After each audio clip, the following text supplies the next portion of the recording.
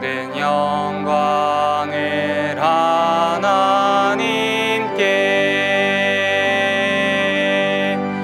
모든 영광을 하나님께, 온 마음과 뜻 다해 주 사모합니다. 모든 영광을 하나님께.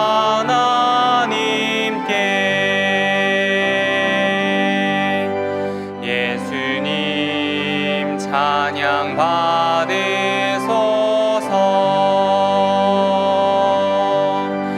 예수님 찬양 받으소서. 죄 사했네 우리 위에 성령 주셨네.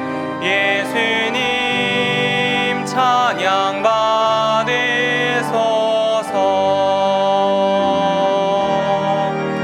위로의 성령님이시여,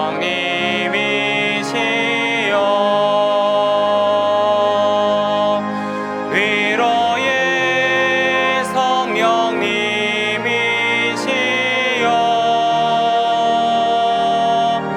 우리 안에 계셔서 늘 인도하셨네. 위로의 성령님이시여.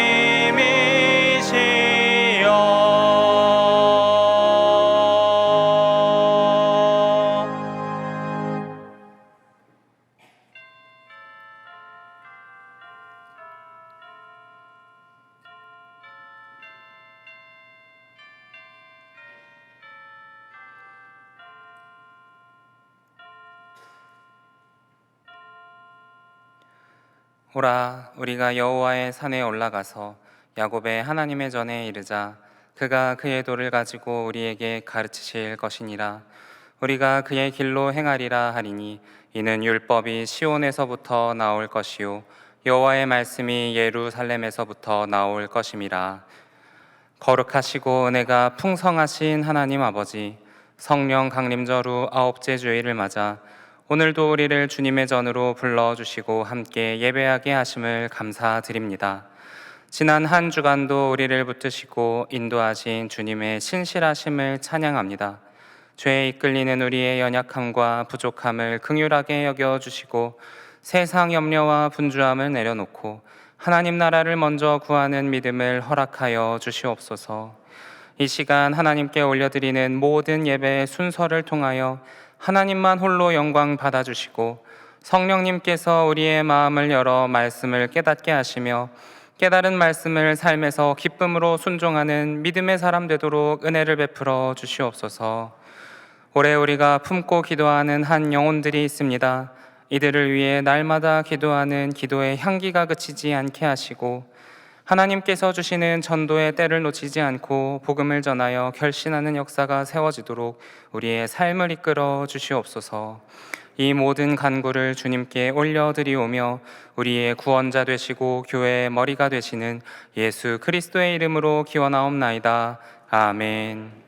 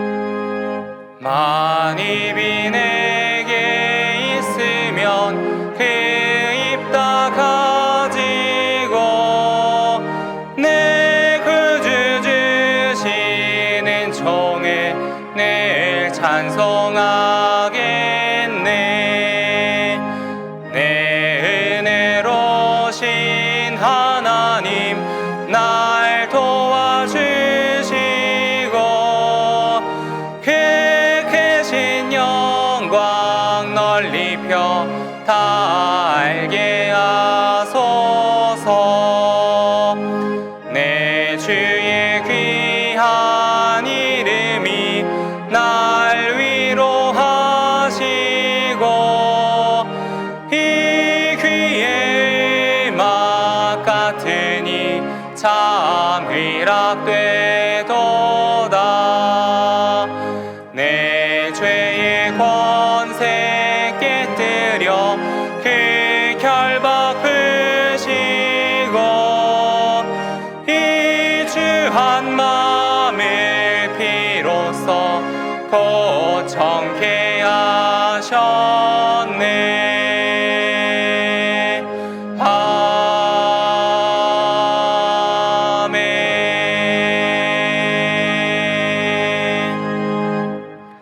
지난 한 주간 우리의 삶을 돌아보며 침묵으로 참회의 기도를 드리겠습니다.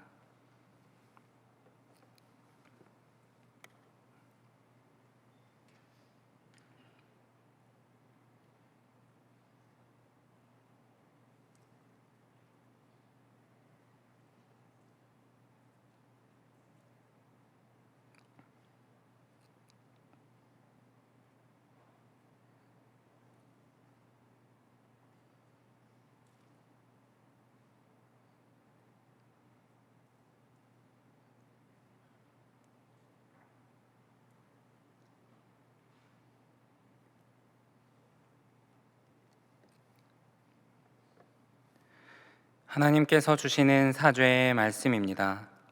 여호와는 마음이 상한 자를 가까이 하시고 충심으로 통회하는 자를 구원하시는도다.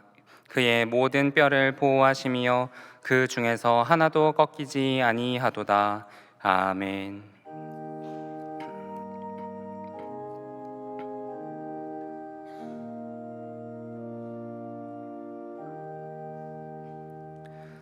나는 전능하신 아버지 하나님 천지의 창조주를 믿습니다.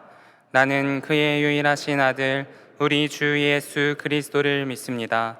그는 성령으로 잉태되어 동정녀 마리아에게서 나시고 본디오 빌라도에게 고난을 받아 십자가에 못 박혀 죽으시고 장사된 지 사흘 만에 죽은 자 가운데서 다시 살아나셨으며 하늘에 오르시어 전능하신 아버지 하나님 우편에 앉아 계시다가 거기로부터 살아있는 자와 죽은 자를 심판하러 오십니다. 나는 성령을 믿으며 거룩한 공교회와 성도의 교제와 죄를 용서받는 것과 몸의 부활과 영생을 믿습니다. 아멘.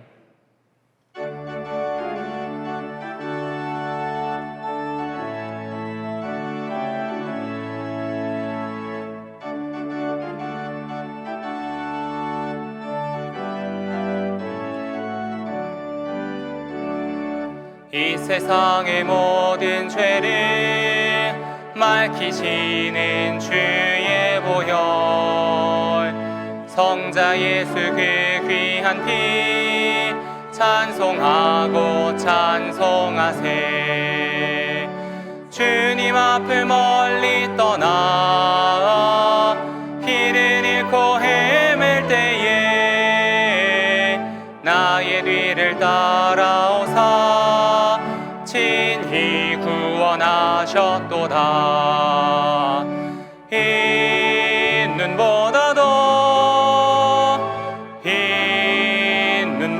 더 주의 흘리신 보혈로 이게 씻어 주옵소서. 가시관을 쓰셨으니 피로 얼굴 물드셨고 십자가의 모진 고통 나를 위해 당하셨네. 말로 영용할 수 없는 그세주의 구속하심, 그네와 크신 사랑 찬송하고 찬송하세. 흰 눈보다 더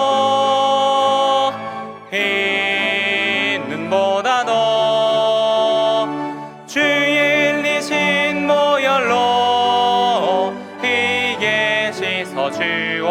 하옵소서. 아버지를 멀리 떠나 바른 길을 저버리고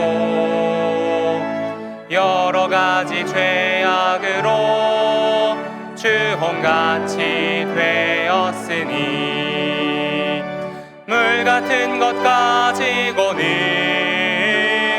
씻을 수가 아주 없네. 주 여기 한 몸의 피로 날 정결케 하옵소서. 흰 눈보다도 흰 눈보다도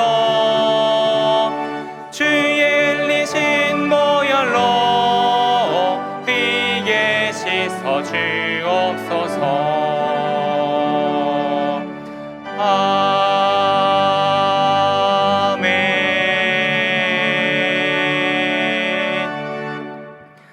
자막을 보시면서 함께 교회 공동 기도를 드리겠습니다. 선교를 기뻐하시는 하나님, 베트남에서 사역 중인 안미 베트남 팀원들의 영육간의 강건함과 안전을 지켜주시고 모든 선교 사역들을 통하여 예수 그리스도의 사랑과 복음이 전해지게 하옵소서. 청년부 농촌 선교봉사 활동에 참여하는 주의 청년들의 손길과 발걸음을 통하여 그리스도의 사랑이 전해지게 하시고 예수님이 보이신 모범을 따라서 섬김의 실천을 하게 하옵소서. 교육부와 다문화 사역부의 여름 사역 가운데 참여하는 모든 주의 자녀들이 하나님을 인격적으로 만나게 하시고 신앙의 성장과 성숙이 일어나는 시간이 되게 하옵소서. 담임 목사님의 가정과 사역을 축복하옵소서. 주여 우리를 불쌍히 여기소서. 주여 우리를 불쌍히 여기소서. 주여 우리를 불쌍히 여기소서. 이제는 나라와 작정한 한 영혼을 위하여 그리고 환우들을 위하여 기도를 드리겠습니다. 사랑의 하나님, 우리의 나라를 불쌍히 여겨주셔서 하나님의 사랑과 정의를 바로 세워 주시옵소서. 우리가 주님의 복음을 전하기 위해 작정한 영혼을 위해 기도할 때 그들에게 복음이 전해지게 하시고 전도의 열매가 맺히게 하옵소서. 고통 중에 있는 환우들과 함께하여 주시고 질병이 떠나가는 치유와 역사가 있게 하여 주시옵소서. 우리의 기도에 응답하시고 감사하도록 도와주시옵소서.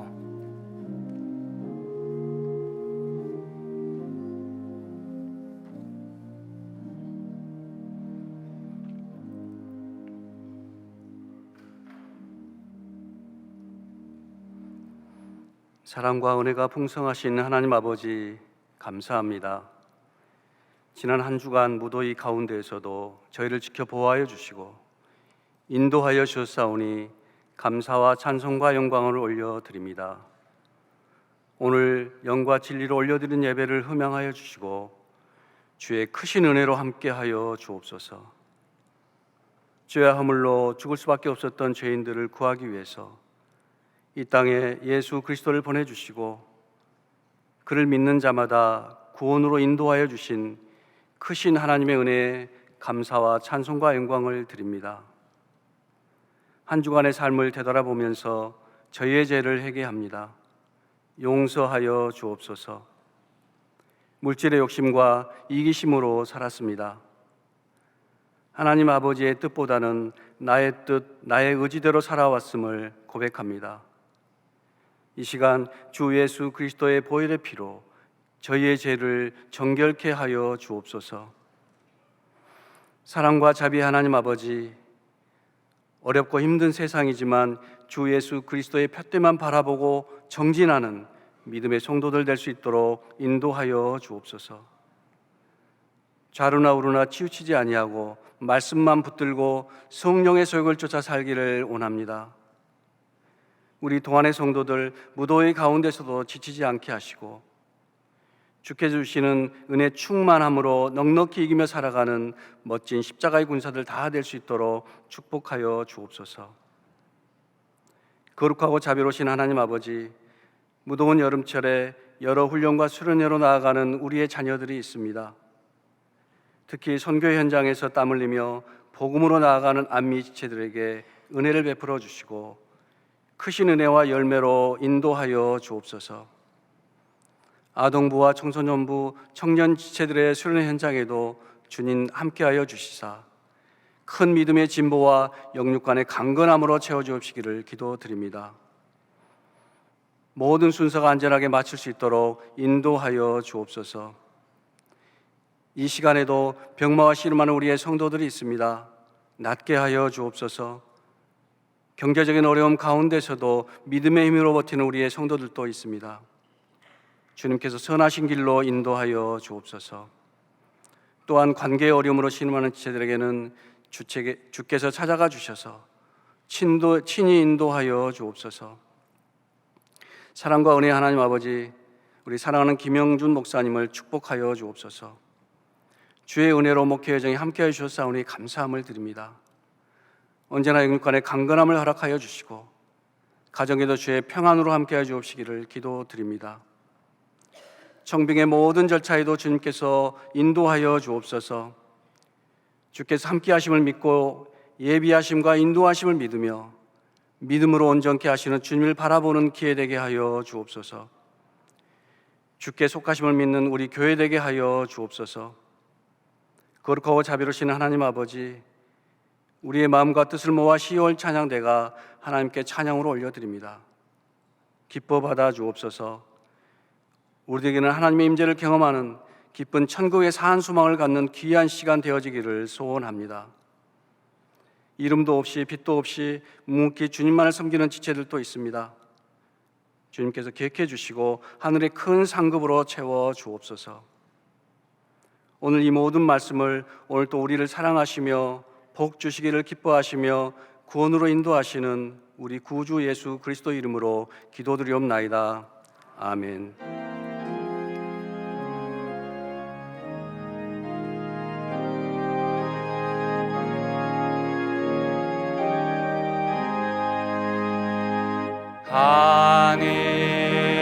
하늘에 계신 아버지, 이름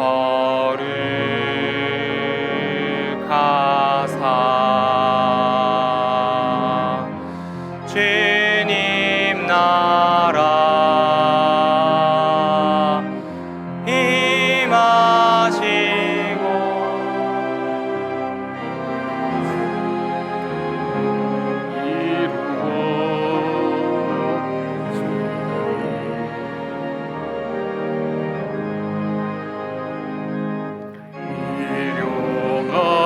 양식 주시고 우리들의 큰 죄 다 용서하옵시고 또 시험에 들게 마시고 악에서 구원하소서. 대개 주의 나라 주의 권세 주의 영광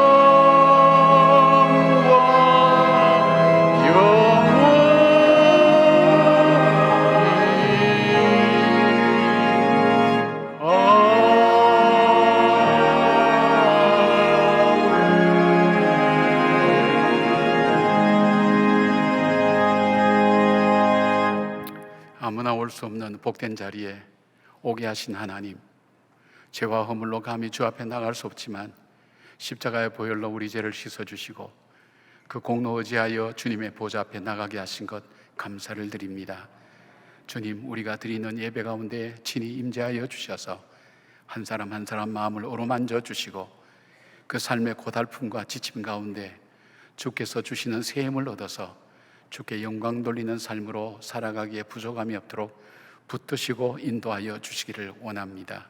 사람들은 알지 못하지만 우리 주님은 아시오니 그 심중을 헤아려 주시고 그 삶의 수고를 주님께서 알아주시오며 하나님 관계되는 모든 얽혀지고 묶여진 모든 일들이 풀어지고 하나님 막힌 것은 허는 그 귀한 역사들이 있도록 아버지 예배를 통해서 하나님 함께하여 주시기를 간절히 빌고 원합니다. 아버지 하나님, 온 귀한 예물을 아버지 앞에 올려드리며 주께 영광 돌리는 주의 자녀들 위해 함께하시고 저들의 귀한 신앙 고백의 예물 위에 하나님 함께하셔서 주님 이 땅을 살아가며 저들의 생업 현장과 자녀손들이 복과 은혜를 누릴 수 있도록 도와주시오며 주의 교회가 더욱더 믿음 안에 강성해져 갈 수 있도록 하나님 함께하여 주시옵소서. 드리지 못하는 주님의 눈물의 예물도 받아주셔서 들을 수 있는 물질의 축복과 믿음의 부여함으로 하나님께서 채워주시고 인도하여 주시기를 원합니다. 하나님, 어려움과 고통 중에 있는 주의 자녀들을 보살펴 주시고 인도해 주셔서 선한 길, 복된 길로 인도하여 주시고 질병으로 고통당하는 주의 자녀들 위해 함께하여 주셔서 주님이 주시는 산소망 붙들고 믿음 안에 승리하며 걸어가기에 부족함이 없도록 주여 함께하여 주시오며 반드시 치료되어서 일어날 수 있도록 주님 붙들어 주시기를 간절히 원합니다. 이 나라와 이 민족이 참 어려움 가운데 있습니다. 이 부분 하나님 아버지, 독재로 인해서 한 개인을 숭상하고 숭배하는 우상 숭배로 가득한 나라가 되었고 이 땅은 물질로 더욱더 뒤덮여가는 하나님 어려움의 나라로 변해버렸습니다. 하나님, 교회가 다시 깨어서 기도하게 하시고 백성들 마음속에 성경의 가치와 진리들이 새겨지게 하여 주시오며 이 나라가 작은 나라지만 열방을 복되게 하는 아름다운 나라로 쓰임받게 하여 주시고 눈물을 흘려 기도했던 선조들의 귀한 눈물의 기도와 피와 땀과 하나님 모든 노력들이 우리 후손들에게 잘 이어지게 하시되 이 시대를 책임지는 저희들이 다음 세대에 아름답게 기억되는 저희들 될 수 있게 하여 주시옵소서. 주님만 홀로 영광 받아 주시기를 원하옵고 예수님의 이름으로 기도드리옵나이다. 아멘. 할렐루야. 많이 덥죠? 굉장히 덥습니다. 어제가 중복이 지났으니까 오늘 많이 더워질 줄 압니다. 더운 가운데도 여러분, 교회 오신 여러분들을 환영하고 축복하고 또 영상으로 드리는 분들을 환영합니다. 우리 좌우 있는 분들 좀 축복하십시다. 주의 평강을 기원합니다. 주의 평강을 기원합니다. 선포하십시다. 잘 되고 있습니다. 잘 되고 있습니다. 격려하시죠. 기도하면 됩니다. 기도하면 됩니다. 아멘. 여러분이 그렇게 격려하고 축복하신 대로 이루어지는 그런 은혜가 있기를 바랍니다. 우리 8월 동안 큐티신이 발행되었습니다. 여러분께서 말씀으로 또 은혜로 이 여름을 잘 이겨나가기에 또 어려움이 없도록 여러분께서 말씀으로 잘 훈련되는 그런 시간이 되기를 바랍니다. 금주의 여름 사역이 참 많습니다. 청년부, 열매부, 청소년부, 소망부, 다문화 사역부가 다 있는데 특별히 소망부는 우리 장애인들을 돌보고 또 섬기는 그런 부서입니다. 근데 수련회를 하게 될 경우에 한 사람당 우리가 교사가 1명 내지 2명이 같이 있어야 됩니다. 그만큼 잘 돌봐야 되죠. 그런데 지금 교사가 조금 부족하다 그러니까 여러분 중에 장애인들에 대한 또 마음을 가지고 또 기도하고 헌신할 분 있으면 지원해 주셔서 또 소망부의 여름 사역이 잘 이루어질 수 있도록 여러분께서 그렇게 해주시면 고맙겠습니다. 그리고 오늘 조식과 중식은 우리 성백극 장로님 가정, 지난주에 하나님 나라로 가셨죠. 성백극 장로님의 가정에서 우리 특별히 자녀 되시는 성무재 장로님, 성mir환 집사님 이 가정에서 우리 교인들을 대접하시겠다고 아침과 점심을 대접하게 됩니다. 그러니까 여러분이 끝나고 가시면 그냥 가시지 마시고 또 같이 식사하시면서 교제 나누시고요. 우리 성백극 장로님과 그 자녀들을 위해서 여러분께서 기도해 주시면 고맙겠습니다. 오늘 처음 나온 우리 어린이가 있습니다. 우리 김민호 성도, 김윤지 성도 가정의 우리 김태희, 첫 아들 김재희 5살이고요. 둘째 김태희는 6개월 정도 되었습니다. 이 가정을 축복하는 기도 함께 하겠습니다. 이제 한 6개월 됐으니까요. 한참 이것저것 살필. 저를 빤히 쳐다봅니다. 아주 예사가 아닙니다. 계속 바라보고 있습니다. 우리 같이 기도하십시다. 아버지 하나님, 우리 김민호 성도님과 김윤지 성도님 가정에 제의를 5년 전에 허락해 주셨고 이제 태희를 6개월 전에 하나님 이 가정에 허락해 주셔서 믿음으로 잘 양육하고 주님 주신 선물 기쁨으로 감당하며 하나님께 영광 돌리기를 원하는 복된 가정을 이 시간 축복합니다. 이 가정 위에 하나님 친히 임재하여 주셔서 주님이 주인 되어 주시옵고 이 가정을 다스려 주시오며 자라나는 이 선물들이 하나님 나라에 크고 존귀한 사람들로 잘 세워질 수 있도록 도와주시기를 간절히 원합니다. 하나님, 새로 선물로 주신 우리 태희에게 함께하여 주셔서 이 아들이 자람에 따라 하나님 몸과 마음과 그 영이 자라게 하여 주시고 하나님께 은총을 입고 사람들에게 존경을 받는 인생으로 살아갈 수 있도록 하나님 붙들어 주실 뿐 아니라 육체적으로 강건하여서 장수하는 축복이 있게 하시고 마음이 온유하고 넉넉하여서 땅을 기업으로 얻고 주님을 닮은 귀한 삶을 살게 하여 주시오며 또한 정한 마음을 창조하시고 정직한 영을 새롭게 하셔서 혼란스러운 이 시대 속에 주의 구원의 약속을 붙들고 믿음의 반석 위에 세워져서 살아가는 귀한 아들로 하나님 자라날 수 있도록 하나님 붙들어 주시기를 원합니다.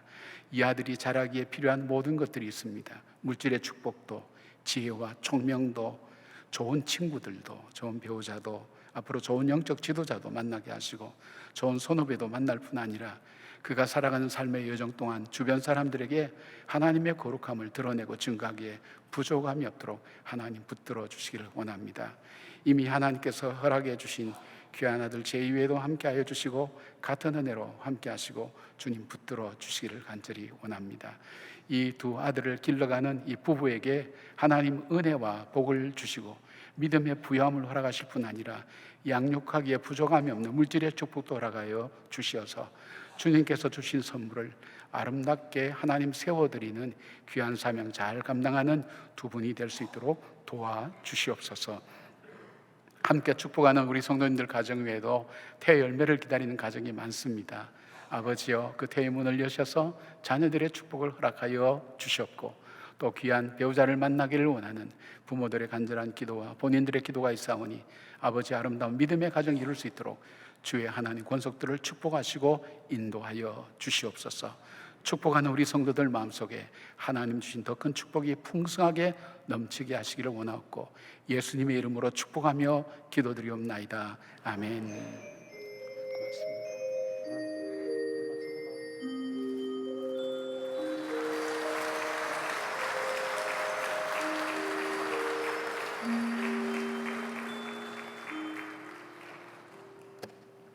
참 아름다운 곳이라 주님의 세계는 정말로 내가 나갔고 솔직할 수 있는 곳 조금이라도 내 의라 말할 수 없는 이곳은 바로 주님의 세계라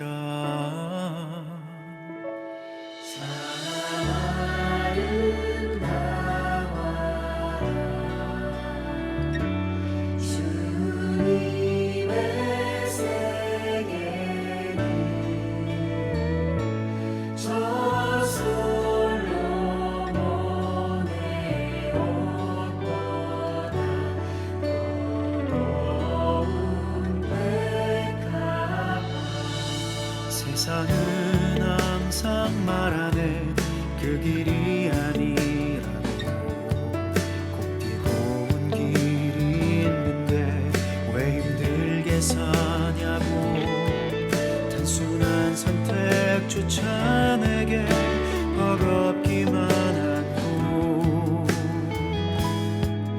그래도 나는 주님만 따르리 참 아름다워라 주님의 세계는 저솔로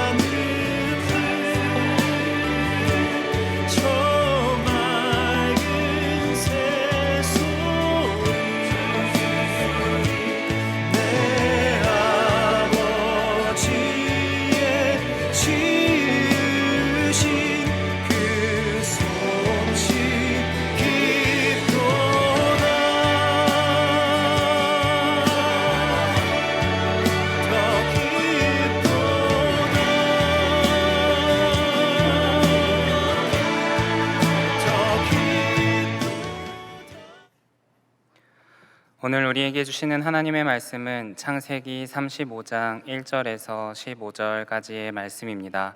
다 함께 일어나셔서 하나님의 말씀을 경청하시겠습니다.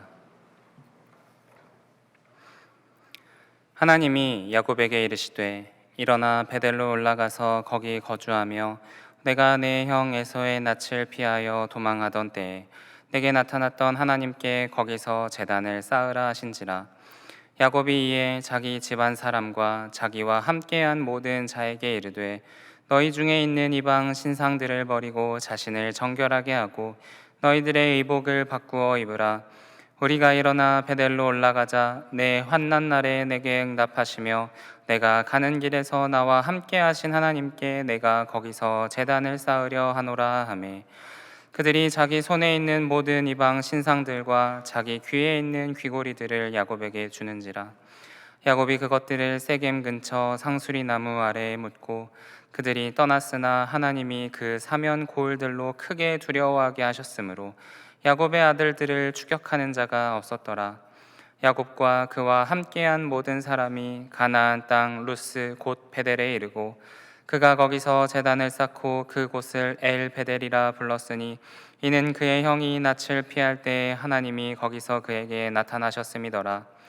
리브가의 유모 드보라가 죽음에 그를 베델 아래에 있는 상수리 나무 밑에 장사하고 그 나무 이름을 알론바굿이라 불렀더라. 야곱이 밧단 아람에서 돌아오매 하나님이 다시 야곱에게 나타나사 그에게 복을 주시고 하나님이 그에게 이르시되 내 이름이 야곱이지만은 내 이름을 다시는 야곱이라 부르지 않겠고 이스라엘이 내 이름이 되리라 하시고 그가 그의 이름을 이스라엘이라 부르시고 하나님이 그에게 이르시되 나는 전능한 하나님이라 생육하며 번성하라. 한 백성과 백성들의 총회가 내게서 나오고 왕들이 내 허리에서 나오리라. 내가 아브라함과 이삭에게 준 땅을 내게 주고 내가 내 후손에게도 그 땅을 주리라 하시고 하나님이 그와 말씀하시던 곳에서 그를 떠나 올라가시는지라. 야곱이 하나님의 자기와 말씀하시던 곳에 기둥 곧 돌 기둥을 세우고 그 위에 전제물을 붓고 또 그 위에 기름을 붓고 하나님이 자기와 말씀하시던 곳의 이름을 베델이라 불렀더라. 이것은 하나님의 말씀입니다. 아멘.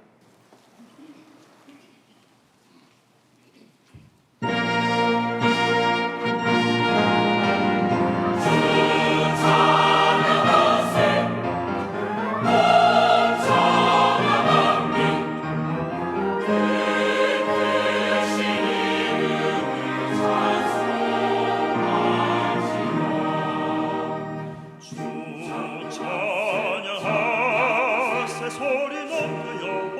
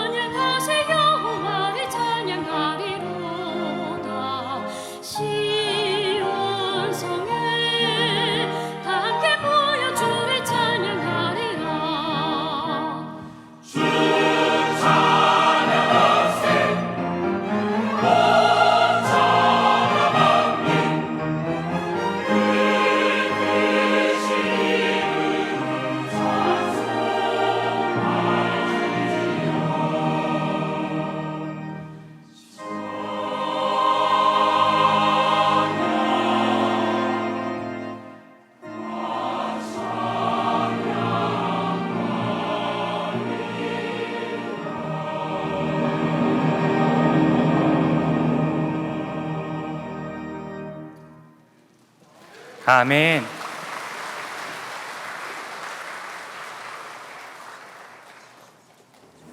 귀한 찬양 감사드립니다. 우리가 살아가는 세상을 비유할 때 광야로 많이 비유하지 않습니까? 힘들기도 하고 고달프기도 하고 편한 날도 많지 않고요. 근데 그것과 거의 또 비슷하게 비유하는 것 중에 하나가 항해하는 것과 같다고 얘기합니다. 갑자기 잔잔했던 바다에 광풍이 몰아치면서 배가 파손당하기도 하고 목적지에 닿지도 못하고 힘들고 고생하는 일들. 우리 인생의 삶에는 갑자기 어느 날 몰아치는 감당하지 못한 일들이 우리의 삶을 뒤흔들고 우리의 삶의 방향을 바꾸어 놓는 일들이 적지 않다는 것을 우리는 경험하게 됩니다. 신앙 안에서 잘 살아보려고 애썼지만 또 최선을 다해서 산다고 하지만 원치 않는 힘든 일들이 우리의 삶을 두드리면서 우리는 그때 인생의 목적도 방향도 삶의 의미도 잃어버리면서 어떻게 문제를 풀어갈지 걱정하면서 걸어가는 경우가 참 많습니다. 오늘 본문의 바로 앞장인 창세기 34장은 성경 전체를 통틀어서 가장 비참하고 비극적인 인간의 죄악의 문제를 다루고 있습니다. 하란에서 돌아와서 세겜에 정착해서 10여 년을 편안하게 살던 야곱의 가정에 풍파가 갑자기 몰아치기 시작했습니다. 세겜 추장에게 야곱의 딸 디나가 욕됨을 당하고 그의 아들들인 시몬과 레위가 분노와 거짓으로 세겜 족속의 모든 남자를 도륙한 잔혹한 그런 일들이 벌어지게 된 것입니다. 그런데 이 사건에서 진정으로 우리를 놀라게 하는 것은 이 모든 일들이 불신자들의 죄악이 아니라 이 거룩하지 못한 비극의 주인들이 바로 하나님의 언약의 후손인 야곱과 그의 아들들이었다는 그런 사실입니다. 여기서 우리는 가슴 아픈 질문을 던지게 되죠. 하나님은 막으실 수도 있었고 미리 방지하실 수도 있었는데 전능하신 하나님은 왜 이토록 참혹한 비극을 내버려 두셨을까 하는 생각을 많이 하게 됩니다. 저희들이 살아가는 삶에도 그런 얘기하죠. 하나님은 이 일을 막으실 수도 있었는데 왜 이 일을 허락하셨나요? 그런 질문을 할 때가 있을 줄 압니다.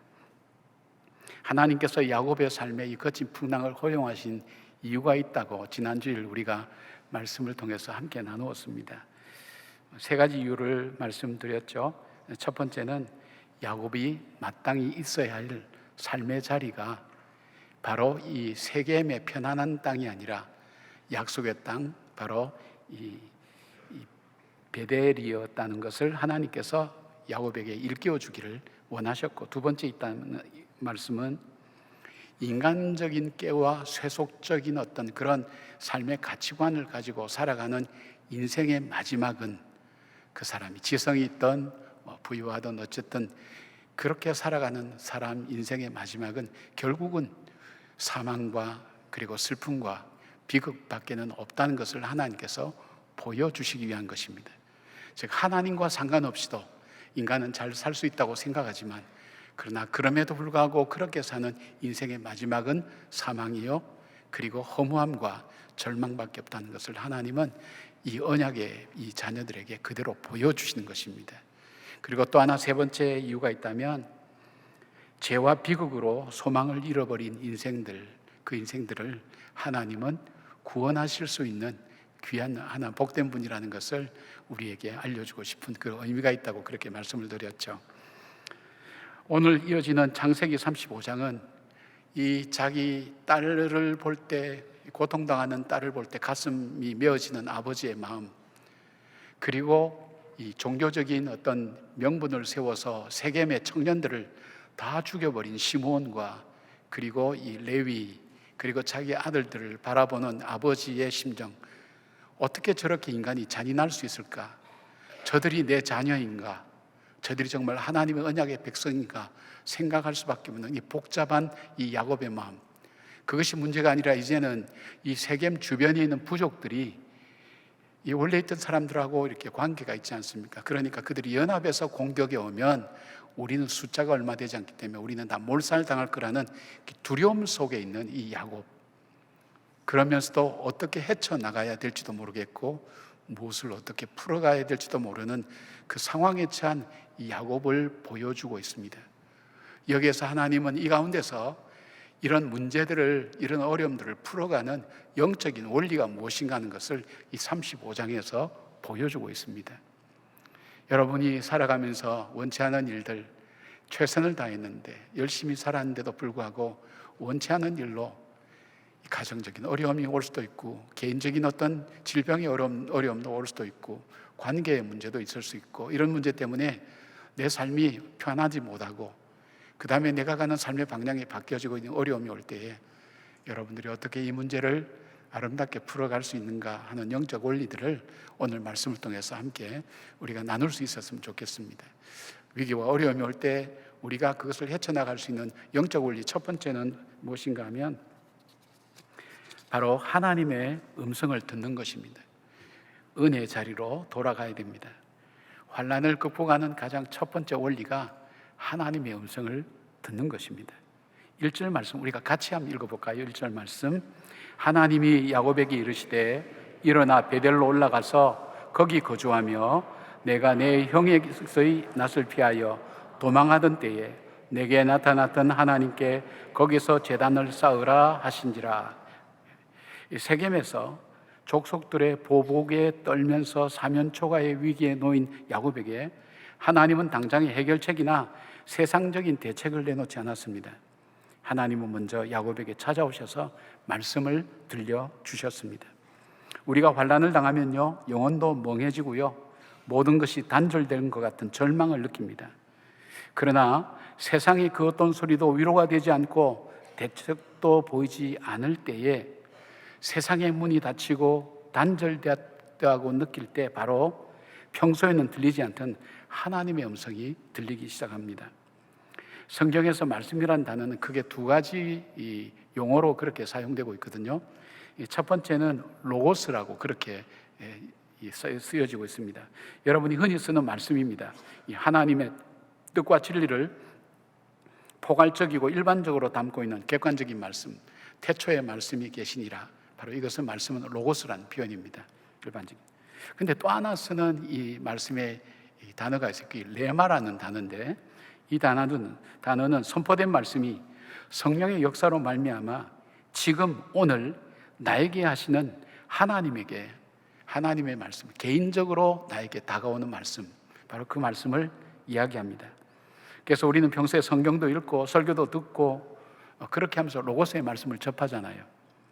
그런데 어떤 날은 우리 삶 속에 어떤 인생의 풍랑을 만나서 내 삶이 찢어지고 내가 어떻게 해야 될지 알지 못할 때 평소에 그냥 듣던 그 말씀인데 그 말씀이 훅 내 가슴 속에 들어오면서 나의 말씀으로 받아들여질 때가 있다는 것입니다. 그게 레마라고 그렇게 얘기합니다.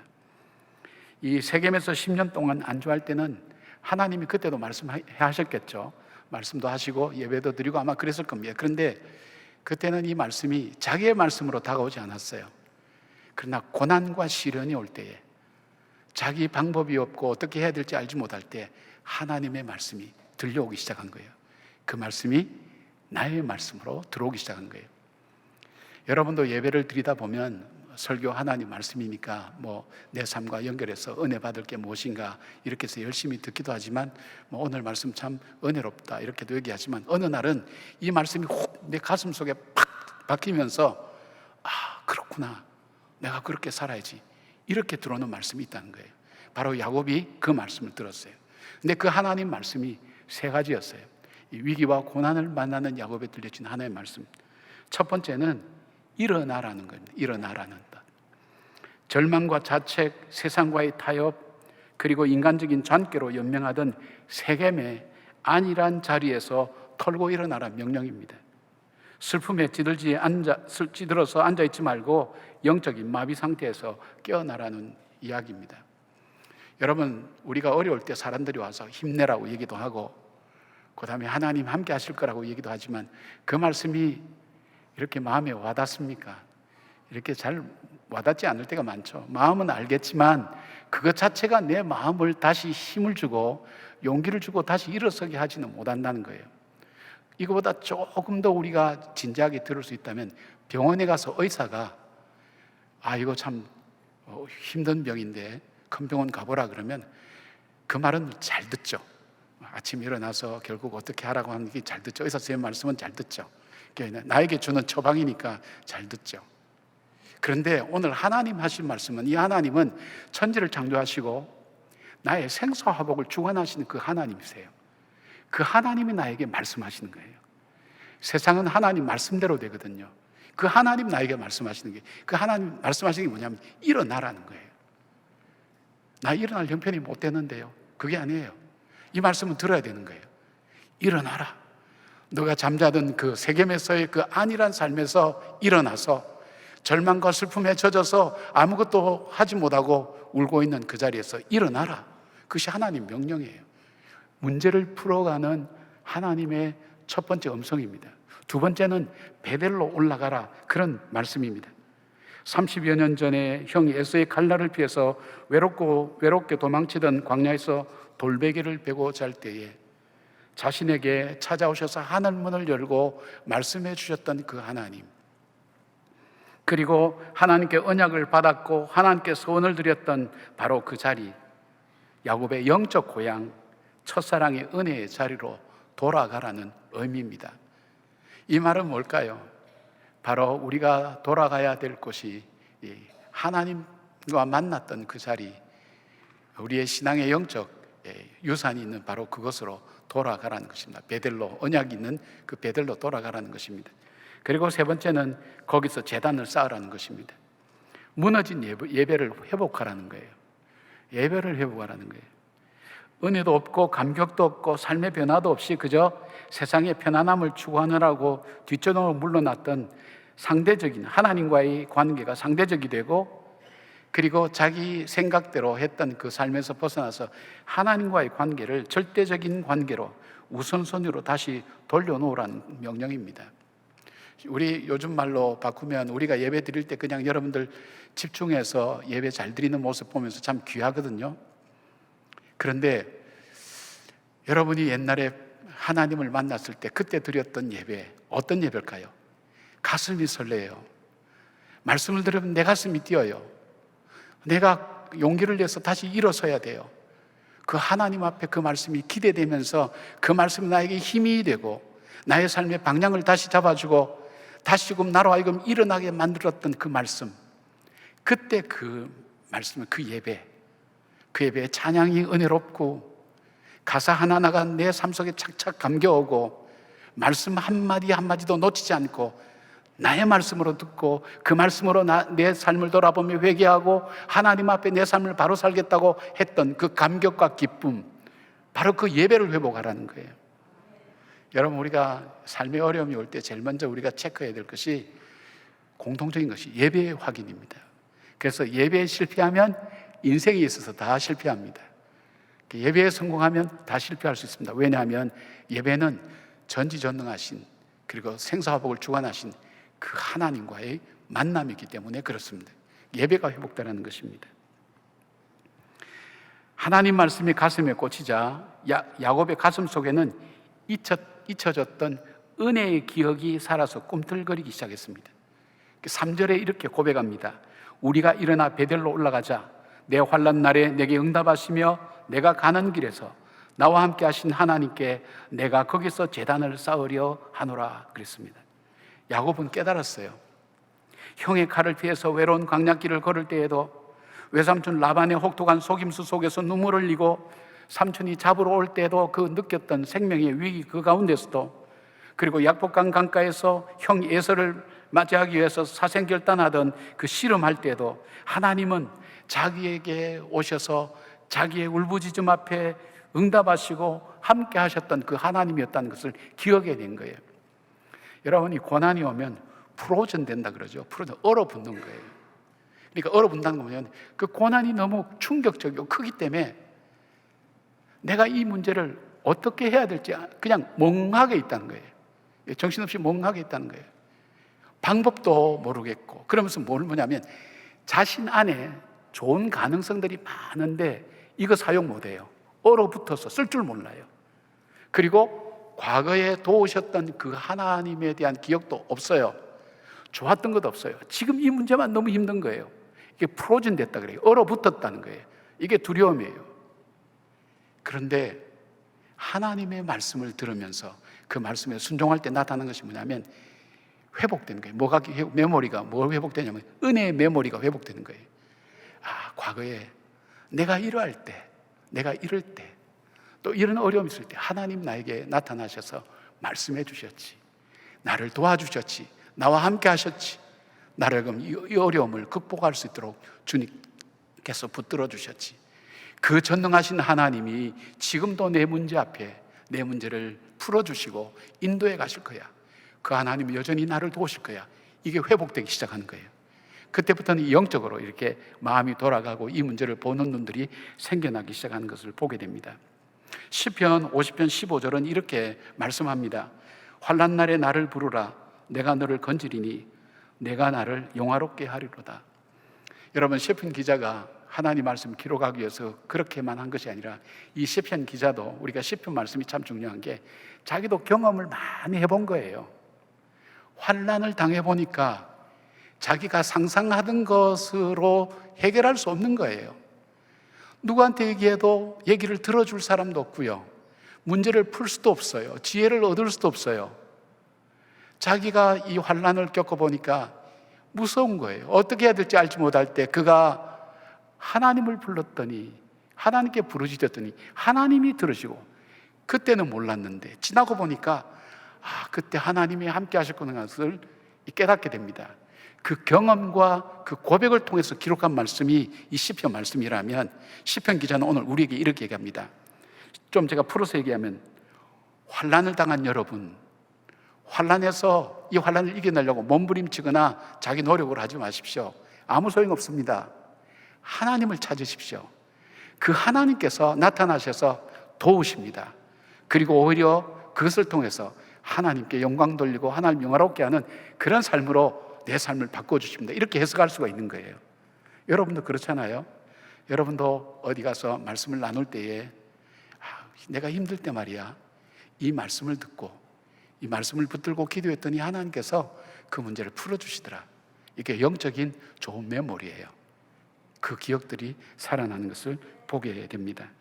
요한계시록 2장 4절 5절 보니까 예배소 교회를 향해서 말씀하시죠. 어디서 떨어졌는지를 생각하고 회개하여 처음 행위를 가지라고 그렇게 말씀합니다.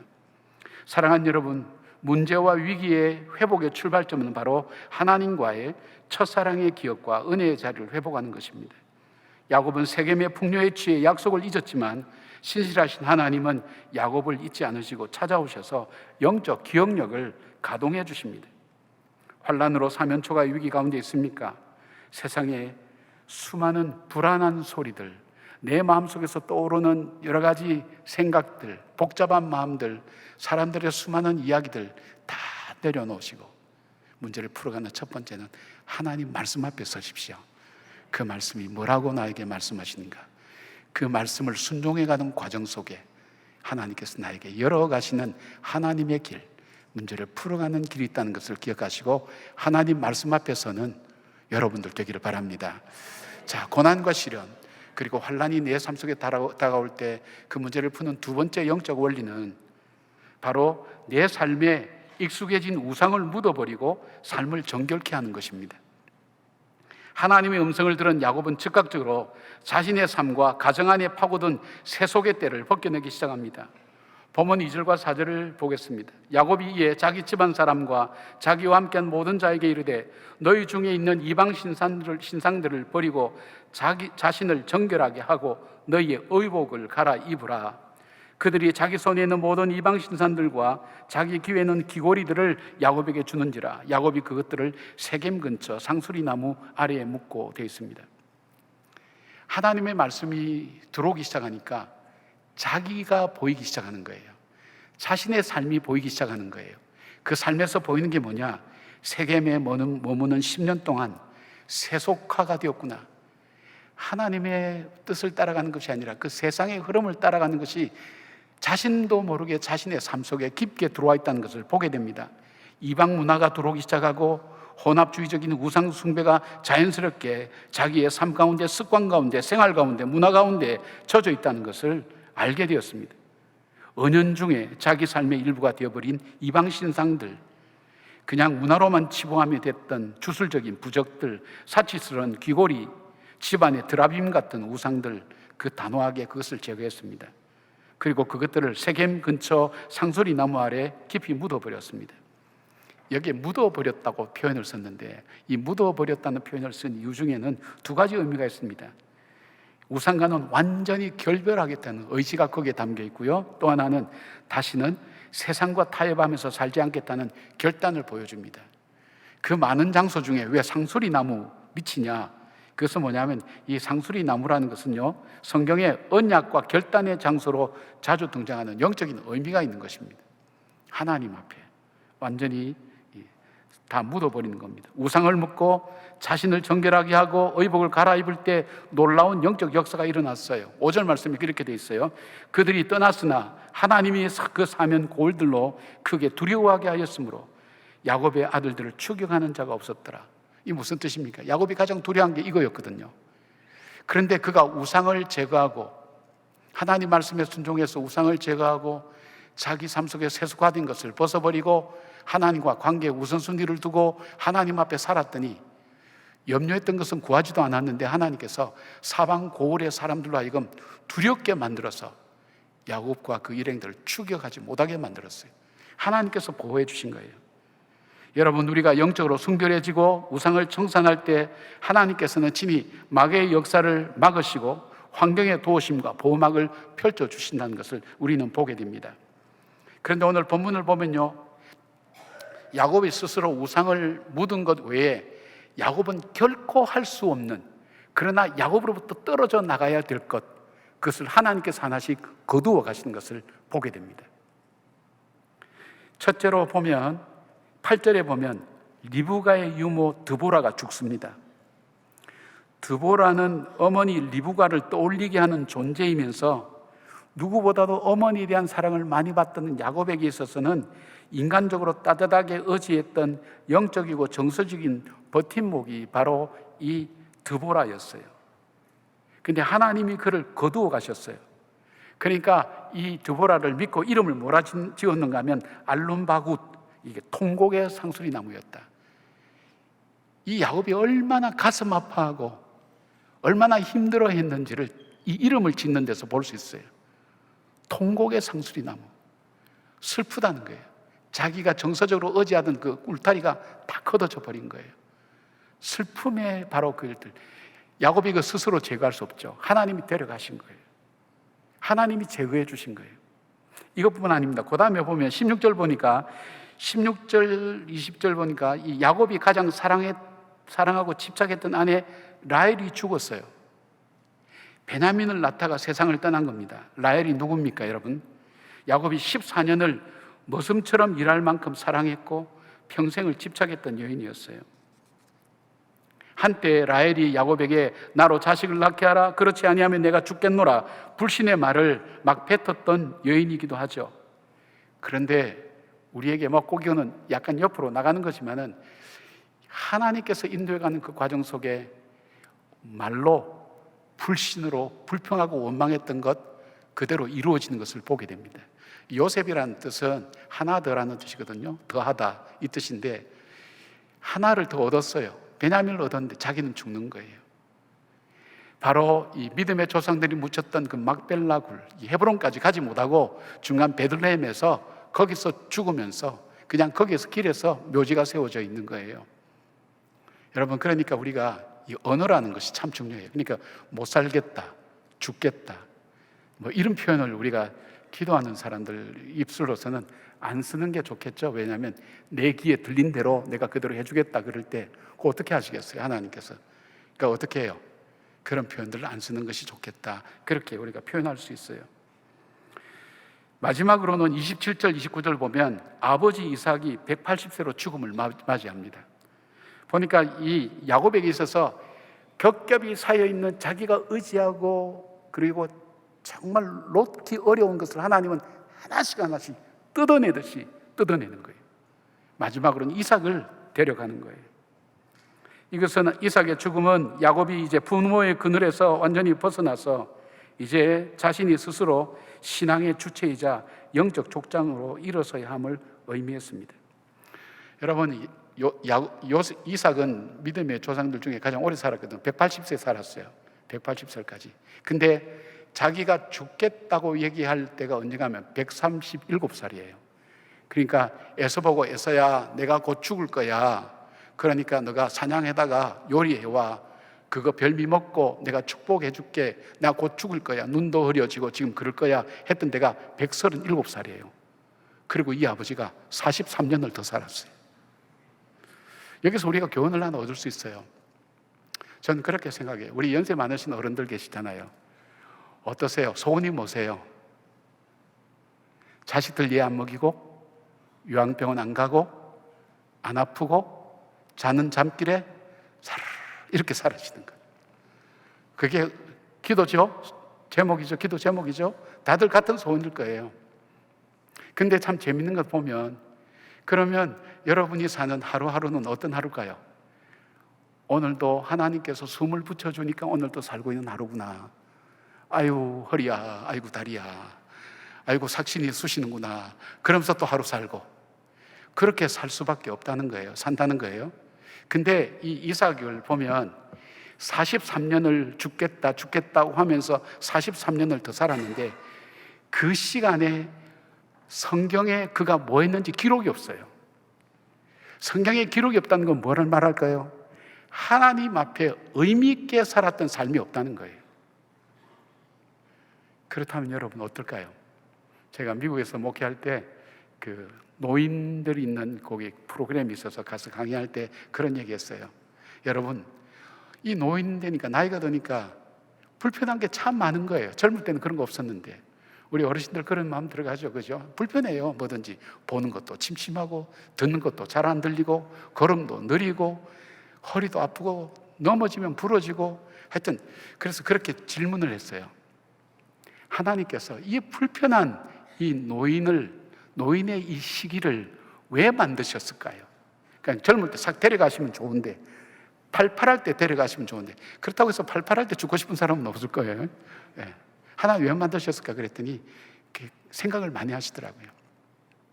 하나님께서 우리에게 철저하게 의지하게 만든 어린 시절을 만들었다면, 우리가 가장 또 의지할 수밖에 없는 이 노인이 됐을 때도 이 노인의 시기에 하나님께 주신 이유가 있지 않겠어요? 그 이유가 뭔지를 모르겠어요. 우리 각자 찾아야 될 거예요. 그러나 우리가 오늘 해야 될 일이 있다면 어떤 걸까요? 이삭처럼 나 죽을 것 같다, 그러니까 오늘 또 죽을 것 같다, 오늘 죽을 것 같다, 이렇게 하면서 하루하루 살 것이 아니라 하나님께 의미 있는 삶을 살아야 되는 거예요. 하나님이 보실 때, 여러분 연세 드시고 할 일이 많이 없어지면 기도할 시간이 많아지세요. 윌리엄 캐리에 대해서 여러분 아시잖아요. 윌리엄 캐리가 인도의 유명한 선교사 아니에요. 윌리엄 캐리의 그 선교의 전기를 적을 때에 윌리엄 캐리는 위대한 일을 했다고, 그리고 이 일을 할 수 있었던 이유가 뭐냐 그럴 때 그 전기 작가한테 그렇게 얘기했다 그러잖아요. 아니 선생님, 내 이야기 중에 하나 중요한 게 빠진 것이 있습니다. 저에게는 몸을 움직이지 못하는 누님이 계셨습니다. 이 누님이 평생 누워서 자기를 위해서 기도했다는 거예요. 그 기도 때문에 제가 오늘 이 위대한 선교를 할 수 있는 하나님의 은혜가 되었습니다. 굉장히 의미 있게 살았죠. 하나님 앞에서. 그죠? 여러분 오늘 우리 연세 드신 어르신들 하루하루 힘들다 어렵다 보다도 하나님께서 오늘 또 생명 하루 주셨다. 하나님께 의미 있는 시간이 뭘까요? 기도하는 시간이죠. 후손들을 위해서 기도하는 시간이죠. 그리고 많이 베풀고요. 많이 베풀고.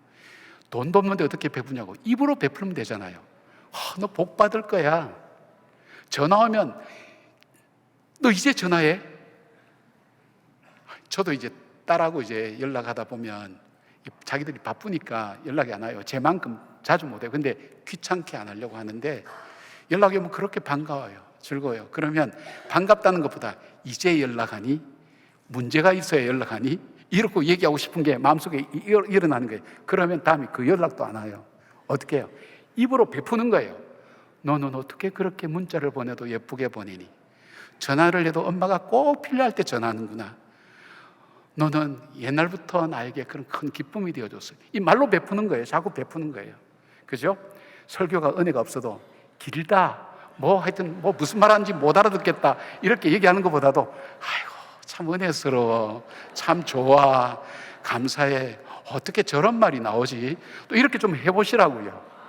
예. 그 차내 가면서 우리 교회 목사님은 좋은 것 같은데 길게 하는 게 참 걱정이야. 밥 먹을 시간도 없어. 뭐 그렇게 얘기하고 그러지 말고 베푸세요, 말 가지고.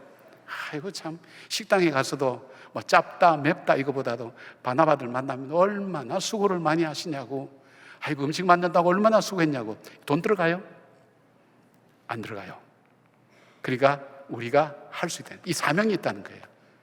여러분 우리에게 그 사명이 있어요. 하루를 하나님 앞에서 의미 있게 살아가는 삶, 그것이 바로 이삭이 흘려보냈던 43년의 세월, 그 세월이 아니라 하나님께서 이 땅에 때로는 불편하지만 우리를 이 땅에 살게 하신 하나님의 뜻과 이유가 된다는 것을 보게 됩니다.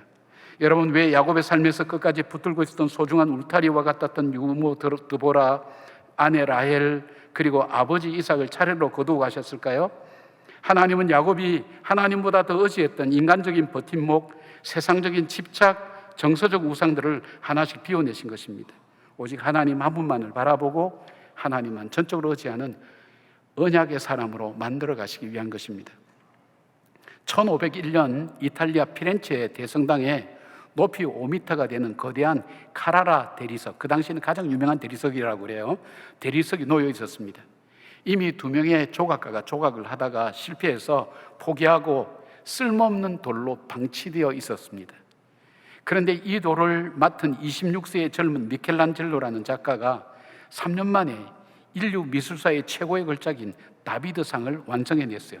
이 다윗상이죠, 그죠? 훗날 사람들이 미켈란젤로에게 이렇게 물었다고 합니다. 어떻게 이 거칠고 쓸모없는 돌에서 이토록 아름다운 다비드상을 조각해 낼 수 있었습니까? 할 때 미켈란젤로가 이렇게 대답했습니다. 다비드는 이미 그 대리석 안에 숨어 있었어요. 나는 단지 다비드가 아닌 부분을, 필요 없는 부분을 깎아내고 제거했을 뿐입니다. 성도 여러분, 하나님께서 야곱이라는 지렁이 같은 인생에서 이스라엘답지 않은 부분, 즉 야곱에게 있는 인간적인 꾀, 세속적인 취향, 우상, 집착을 하나씩 깎아내시는 항복점을 통과하게 하셨어요. 일드 포인트라 그랬죠. 그리하여 마침내 그 속에 숨겨진 하나님의 작품을 만들어 가신 것입니다. 그러니까 환난이라는 게 뭘까요? 하나님이 나를 버리셨다는 증거가 아니라 환난은 하나님께서 나를 가장 아름답게 거룩한 작품으로 빚어가시기 위해서 내 안의 쓰레기와 우상을 제거하는 은혜의 과정이라는 것을 우리가 알게 됩니다. 여러분, 한 번도 고난을 겪지 않는 사람들 만나보셨나요? 여러분, 저는 제가 고난을 겪지 않았으면 굉장히 교만했을 것 같아요. 정말 그럴 것 같아요. 시련과 고난을 통해서 인생이 이런 거구나. 사람들이 평범하게 사는 것 같아도 정말 어렵게 사는구나. 건강하게 사는 것 같아도 다 아픈 곳이 한두 군데 있구나. 힘든데도 살고 있구나. 이거 깨달은 것 제가 어렵지 않았으면 진짜 몰랐을 거예요. 여러분도 마찬가지죠. 뭐 별 차이가 없죠, 그죠? 여러분도 이 고난과 시련이 없었으면 지금 이 시간에 이 자리에 앉아 있을 분 아무도 없어요.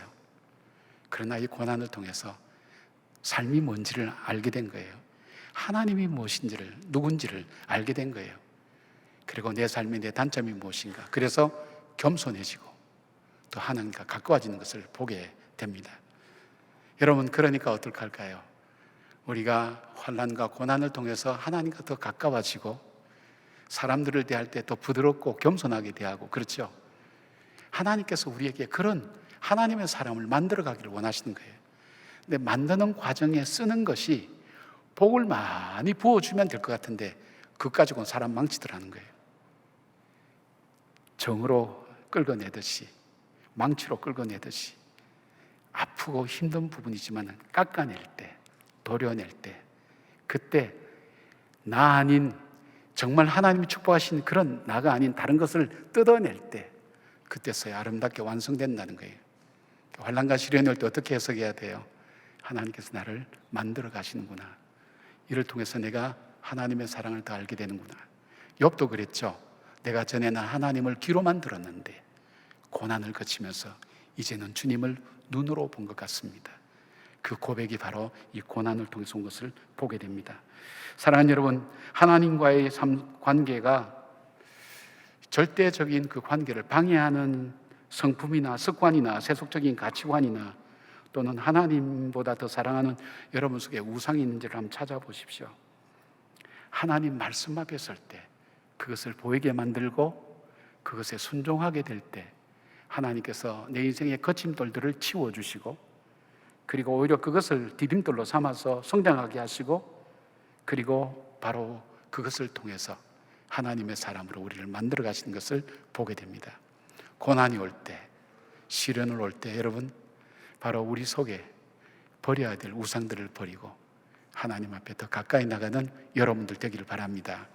세 번째로 이 위기와 고난과 시련이 올 때 이기는 극복하는 방법, 그것은 뭐냐면 하나님이 주신 변화된 정체성을 가지고 살아가라는 뜻입니다. 변화된 정체성. 본문 9절과 10절을 읽어보겠습니다. 야곱이 밧단 아람에서 돌아오매 하나님이 다시 야곱에게 나타나서 그에게 복을 주시고 하나님이 그에게 이르시되 내 이름이 야곱이지만은 내 이름을 다시는 야곱이라 부르지 않겠고 이스라엘이 내 이름이 되리라 하시고 그가 그의 이름을 이스라엘이라 부르시고 됐어요. 성경을 자세히 보면요, 야곱이 가나안 땅에 들어왔음에도 불구하고 그가 베델로 돌아오기까지 성경은 그가 돌아왔다는 표현을 쓰지 않습니다. 야곱이 베델에 이르러 제단을 쌓았을 때 비로소 하나님은 야곱이 돌아왔다고 인정해 주시고 하나님께서 복을 주십니다.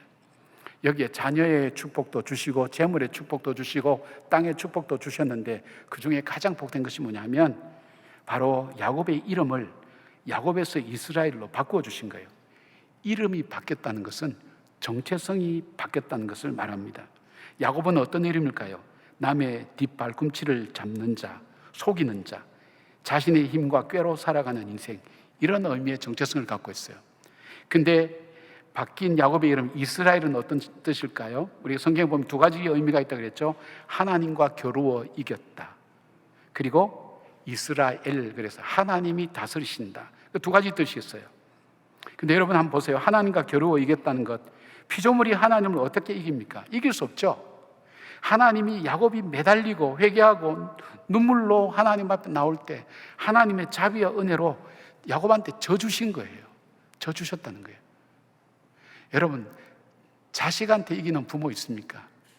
부모가 힘이 없어서 집니까? 아닙니다. 사랑하기 때문입니다. 자식에게 져주는 거예요. 그게 뭘까요? 은혜입니다. 하나님께서 이 정체성을 바꿔줄 때는 내가 너를 볼 때 은혜로 보겠다는 거예요. 그리고 또 하나, 이스라엘, 이제는 너가 너 인생의 주인이 아니야. 너 마음대로 사는 것이 아니라 내가 너 인생을 인도해 가고 내가 너를 다스리고 내가 너를 통치하고 내가 너로 하여금 하나님의 아름다운 언약의 조상으로 만들어 갈 거야 하는 하나님의 놀라운 변화의 선언이 바로 이 뜻입니다. 그러니까 이제는 내 잔꾀로 살지 말고 하나님의 통치와 다스림을 받는 은혜 받은 인생으로 살라는 거룩한 정체성의 부여입니다.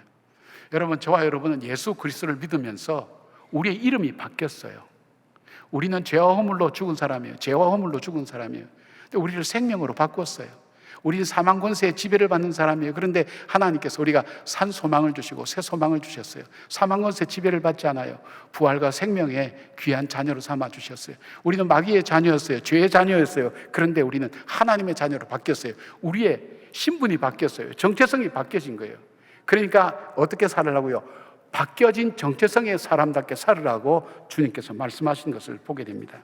자, 그러면 이름이 바뀌었다는 것, 그 존재와 정체성이 바뀌었다는 사람이 보여지는 이 야곱의 특징이 한 두 가지 나와요. 첫 번째 보는 것은 뭐냐 하면 삶을 바라보는 시각이 바뀌었다는 거예요. 이 퍼스펙티브라 그래요. 관점이 바뀌었다는 거예요. 자, 여기에 보면 라헬이 죽어가며 낳은 막내 아들 이름을 베노니라고 불렀어요. 베노니는 슬픔의 아들이라는 뜻이에요. 라헬이 길에서 죽어가는 거예요. 죽어가면서 아이를 낳았어요. 낳았는데 그 아이를 보니까 그 아이 이름을 베노니라 지었어요. 슬픔의 아들. 하나님께서 하나 더 달라고 했는데 저 아들이 태어나지만 저 아들을 나는 누리지도 못하고 저 아들은 어미 없이 자라야 되는 슬픔의 아들이구나, 그렇게 생각했어요. 이름이 맞죠? 상황과 현실에 맞게 이름을 지었어요. 그런데 이 다윗이 예전 같았으면 뭐 어떻게 할지 모르겠지만 그 이름을 즉시 베냐민으로 바꿨어요. 베냐민이라는 이름이 뭐냐면 오른손의 아들. 오른손은 하나님을 뜻해요. 하나님의 아들이다. 그 다음에 은혜의 아들. 하나님의 은혜로 살아갈 하나님의 아들이다. 이름을 바꿨어요.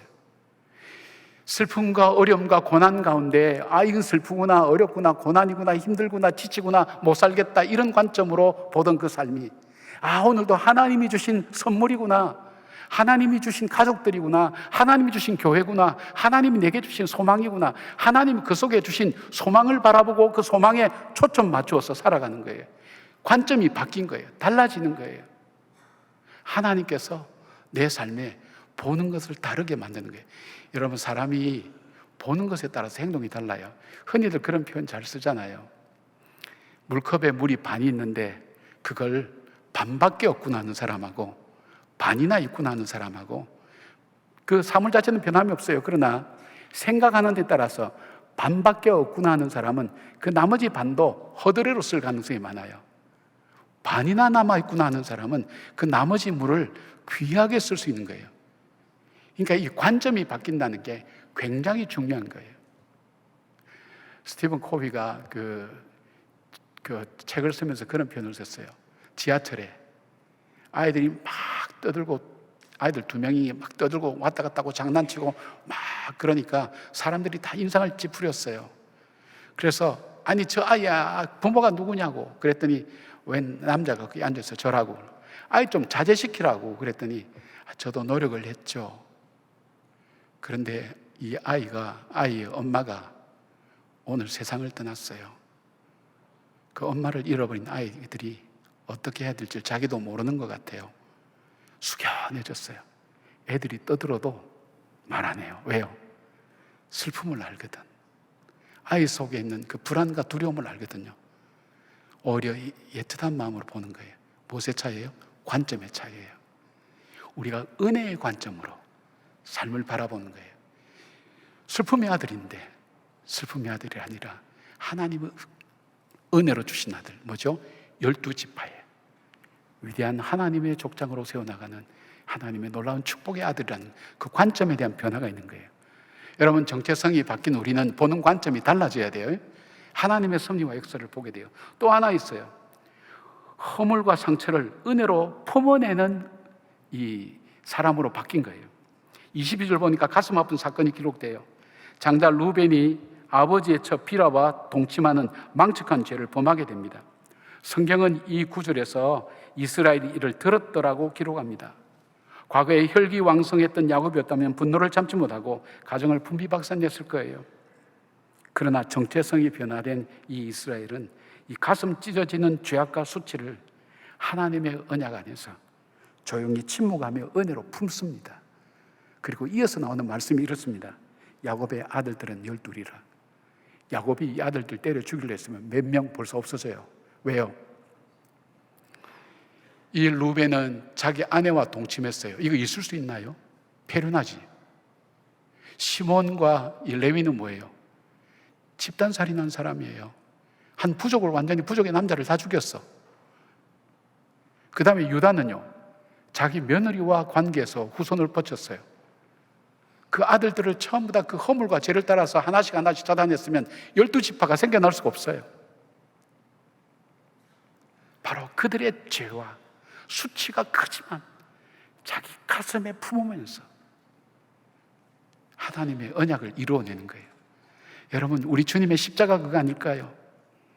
우리 저들의 죄를 저들이 알지 못한다고 주님 말씀하신 것처럼 십자가에 못 박는 저들의 죄 때문에 죽는데도 불구하고 자기 죄 때문에 죽는다고 생각하고 당연하게 조롱하게 했던 그들, 저들의 죄를 가슴에 품고 십자가에 품고 견뎌내며 이겨내며 그 죄를 짊어지시고 끝까지 우리를 용납하시고 사랑하시는 그 주님의 사랑, 품어내는 그 은혜, 그것을 바로 이 야곱이 바로 그 변화된 삶 속에서 감당해내는 겁니다. 사랑하는 여러분, 우리는 자격 없음에도 불구하고 하나님의 절대 주권으로 하나님의 자녀가 된 것처럼 자격 없는 이들을 하나님이 언약하신 대로 12지파의 거룩한 공동체로만 완성해 가는 것을 보게 됩니다. 바로 야곱 이스라엘은 하나님의 신실하신 은혜를 배우고 닮아간 것입니다. 교회 사학자인 알렌 크라이더 박사가 초대교회가 그 참혹한 박해 가운데서도 그 교회가 성장할 수 있었던 이유를, 거기는 여러 가지 요인이 있지만 그는 바로 초대교회 교인의 정체성에서 찾았어요. 영적인 정체성에서. 그들이 가진 정체성이 뭐냐면 우리는 기도하는 사람이다.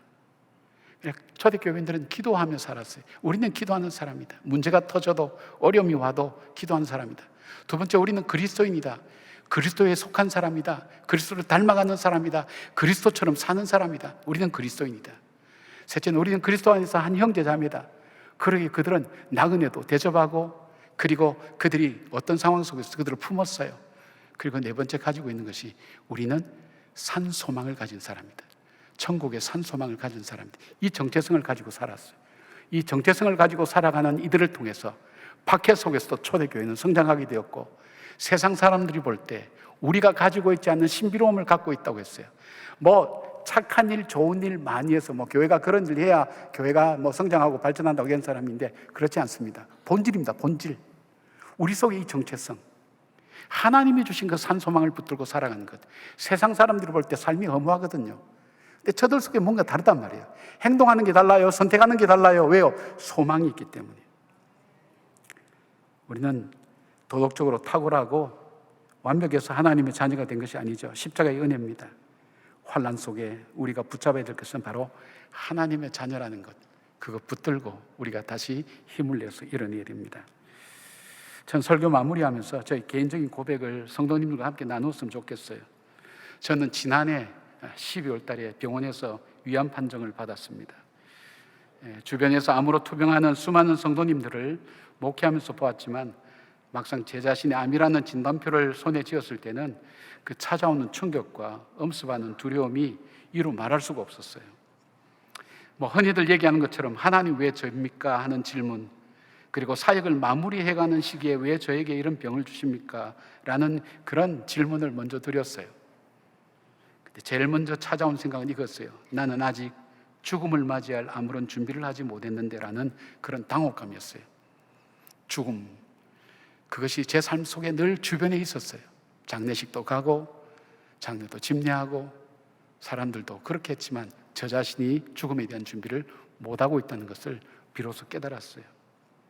그리고 또 하나 스쳐 지나가는 생각이 뭐냐면, 제 곁에서 일평생 자신의 삶을 펴보지도 못한 채 목회자인 남편을 따라서 그림자처럼 고생만 하게 살아온 아내의 얼굴이 떠올랐어요. 저보다 훨씬 탁월하고 능력도 있는데 자기가 나서면 남편 목회에 방해된다고 뒤에서 그림자처럼 나서지 않고 있는 제 아내의 모습들을 이래 볼 때 미안한 거예요. 은퇴하고 나면 이 아내를 위해서 살아야지 생각을 하고 있었는데 딱 이 병이 오니까 제일 먼저 아내에게 미안했어요. 아직 삶이 갖추어지지 않은 딸, 동생, 그 가족들을 보면서 어떻게 하지? 무엇보다도 동안교회를 통해서 하나님께서 저에게 일하시게 하신 것이 있어요. 그게 뭐냐면 별내교회 개척해서 저 교회가 온전히 설 수 있도록 하는 부분들. 그때는 또 건축도 마무리 안 됐기 때문에 처음 이렇게 건축을 시작하게 되었던 것부터 마무리가 지금 카페오르라는 카페로 이렇게 나타나게 되었는데, 그것을 이루지 못한 것, 다 완성하지 못한 것, 그에도 말씀드리지 못할 하나님께서 저에게 맡겨셔서 마무리하도록 시간 주신 것을 하지 못한 것, 그것보다도 우리 교인들한테 정말 따뜻하게 더 사랑으로 다가가지 못한 그런 아쉬움들, 그런 마음들이 가슴을 짓눌렸습니다. 진단을 받고 3개월 동안 표시내지 않으면서 갑작스럽게 다가온 죽음의 그림자 앞에서 혼자 끙끙 앓으면서 하나님 앞에 간절히 기도했어요. 주변의 교육자들이 조금 눈치챘을 거예요. 그러나 혼자 끙끙 앓으면서 하나님 기도했어요. 하나님, 제게 시간을 조금만 더 주세요. 사역을 마무리하고 성도님들을 더 사랑하고 섬길 수 있는 기회 주세요. 그리고 저처럼 감당할 수 없는 절망의 벽을 만난 성도들에게 관념이 아니라 진짜 소망과 은혜의 말씀을 전할 수 있는 기회를 달라고 그렇게 기도했어요. 그때 저에게 어느 날 제 마음 깊은 곳 속에서 세상이 줄 수 없는 하나님 평안을 주셨어요. 너에게는 죽음을 뛰어넘는 산 소망이 있지 않느냐, 그런 확신이었어요. 이 확신이 들 때 이야기를 했어요. 우리 장님들에게 말씀을 드렸어요. 여러분, 제가 자주 헌금기도와 목기도할 때 이런 기도하는 거 여러분 들어보셨을 거예요. 하나님, 오늘도 하나님 주시는 산 소망이 없으면 일어설 수 없는 성도들이 있습니다. 그렇죠. 오랫동안 질병으로, 절망적인 질병으로 오늘 하루를 시작해서 눈을 뜰 때 오늘도 아픔의 하루를 지나야 되는구나. 내가 남은 희망은 죽는 것밖에 없는데 하나님, 나를 빨리 데려가세요. 오늘 하루를 어떻게 살지, 그렇게 눈을 뜨는 성도들이 많다는 거예요. 우리 목사님들 신방한 그 기록들을 보면 가슴 아픈 일들이 많아요.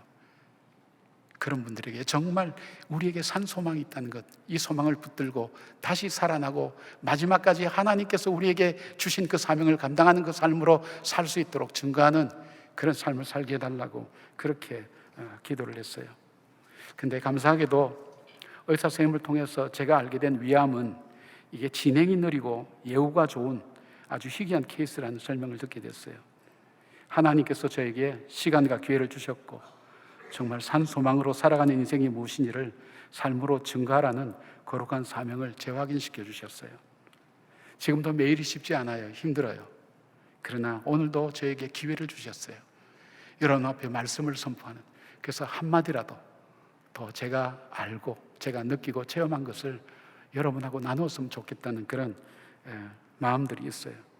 자격 없음에도 불구하고 오늘도 기회 주신 하나님께 감사하면서 오늘 이 자리에 있어서 말씀 전하고 있어요. 여러분, 환난과 어려움 만날 때 하나님은 환경부터 순식간에 바꾸지 않습니다.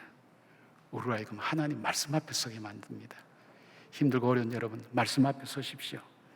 그리고 절망적인 소식 앞에 살아갈 용기와 소망을 잃어버린 성도님 계십니까? 우리에게는 기도할 수 있잖아요. 하나님께 기도할 수 있잖아요. 생명의 주인이신 하나님께 간구할 수 있잖아요. 기도할 기회가 있다는 것, 그리고 예수 그리스도의 십자가로 구원받은 세상이 빼앗을 수 없는 영원한 생명과 산 소망을 소유한 백성이라는 그 사실들을 꼭 기억하시길 바랍니다. 환난을 통해서 우리를 만들어 가시는 주님, 오늘도 환난 가운데도 우리를 위해서 일하시는 그 주님을 바라보고 믿음의 눈으로 우리를 변화시켜 주신, 새롭게 하신 그 하나님의 정체성을 따라서 참 힘들지만 복음의 역사를 써가는 저와 여러분의 삶 되기를 주님의 이름으로 축원합니다. 아멘. 기도하겠습니다. 아버지 하나님, 고맙고 감사합니다. 원치 않은 시련과 환난 앞에 당황스럽고 어떻게 될지 알지 못해서 어떤 경우는 스스로도 자기의 삶을 막아놓은 사람도 있습니다. 그 절망의 무게가 얼마나 크고 힘든지 알 수가 있습니다. 하나님, 그러나 그 칠흑 같은 어둠 속에서도 빛으로 찾아오셔서 우리의 갈 길을 인도하시고 오늘도 우리에게 살아갈 용기와 힘을 주시고 소망을 주시는 그 주님이 있기에 다시 그 말씀 붙들고 일어섭니다. 사랑하는 주의 성도들 위해 함께 하시고 그 가정과 삶 가운데 하나님께서 산 소망으로 붙들어 주시며 하나님 앞에서 의미 있는 삶, 주님께서 우리에게 주신 사명의 삶을 끝까지 살아갈 수 있는 저희들 되게 하여 주시옵소서. 예수님의 이름으로 기도드리옵나이다. 아멘. 우리 다 같이 일어나셔서 고백의 찬송 함께 올려드리겠습니다.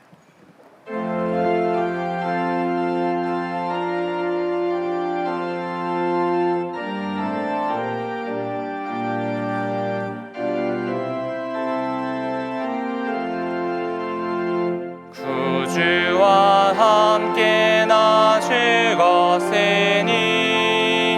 그주와 함께 나 살았도다. 영광의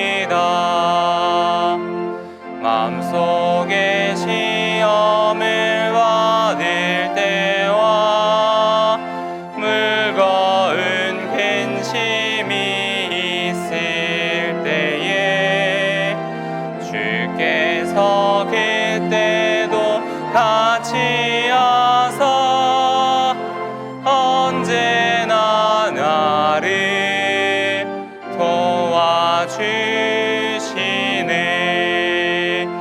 언제나 주는 날 사랑하사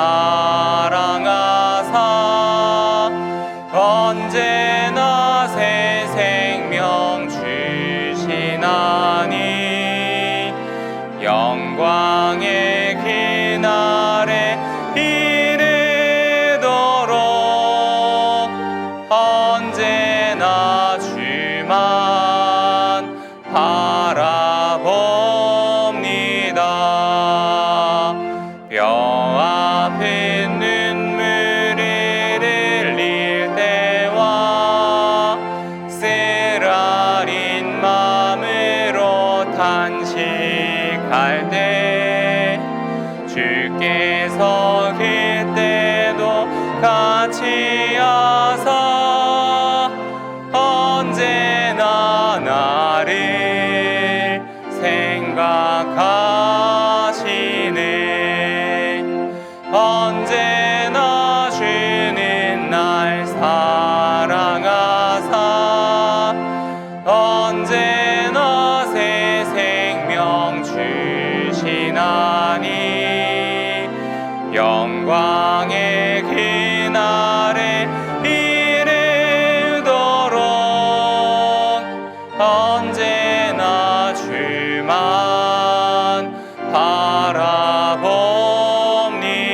바라봅니다. 내 몸의 약함을 아시는 주 못 고칠 질병이 아주 없네. 괴로운 날이나 기쁜 때나 언제나 나와 함께 계시네. 언제나 주는 날 사랑하사 언제나 새 생명 주시나니 영광의 그날에 이르도록 언제나 주만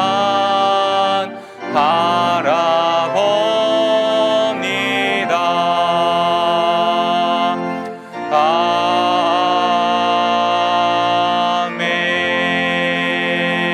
아멘. 7월 이달의 말씀을 함께 선포하시겠습니다. 그리스도의 평강이 너희 마음을 주장하게 하라. 너희는 평강을 위하여 한 몸으로 부르심을 받았나니 너희는 또한 감사하는 자가 되라. 아멘. 이제는 부활하셔서 산 소망이 되신 우리 주 예수 그리스도의 은혜와 독생자 아들을 우리에게 주셔서 십자가에 못 박아 죽게 하고 그 피로 죄를 사해 주시고 구원을 주신 하나님의 크신 사랑과 오늘도 우리에게 말씀하시며 깨닫게 하시고 감동하시며 은혜의 기억을 다시 일으켜 세워주셔서 과거에 도우셨던 하나님, 나와 함께 하시는 그 하나님을 고백하며 고난과 시련을 이겨나가고 그리고 환난을 극복해 나가며 하나님 앞에 아름다운 모습으로 우리를 만들어 가시는 성령님의 동행하여 주심이 오늘 말씀을 듣고 산소망으로 살기로 다짐하는 한 분 한 분들 머리 위에 그 가정과 자녀들과 후손들 위에 관계된 일들 위에 이 나라와 이 민족 위에 지금부터 영까지 함께 하시기를 간절히 축원하옵나이다.